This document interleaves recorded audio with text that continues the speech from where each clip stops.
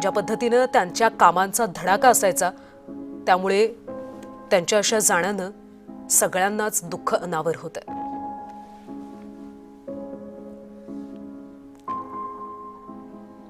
तर वैमानिकानं मेडे हा संदेश दिला होता, याचा अर्थ हेल्प मी असा होतो।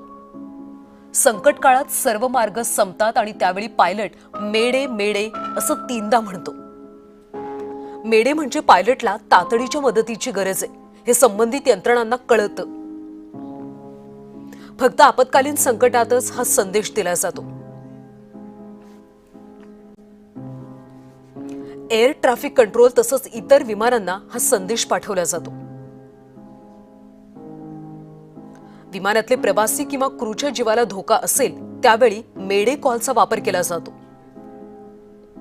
विमानात मोठा बिघाड झाला किंवा लँडिंग आणि टेक ऑफ शक्य नसेल अशा वेळी हा मेडे संदेश दिला जातो।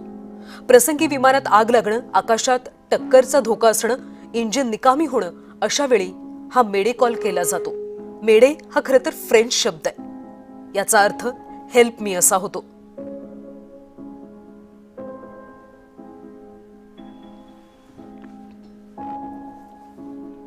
तर वैमानिकानं खरं तर धावपट्टी शोधण्याचा प्रयत्न केला। या विमानातल्या वैमानिकानं सुद्धा मेडे असा संदेश पाठवला होता, मला मदत करा, सध्या परिस्थिती हाताबाहेर जातीये असा संदेश दिला होता।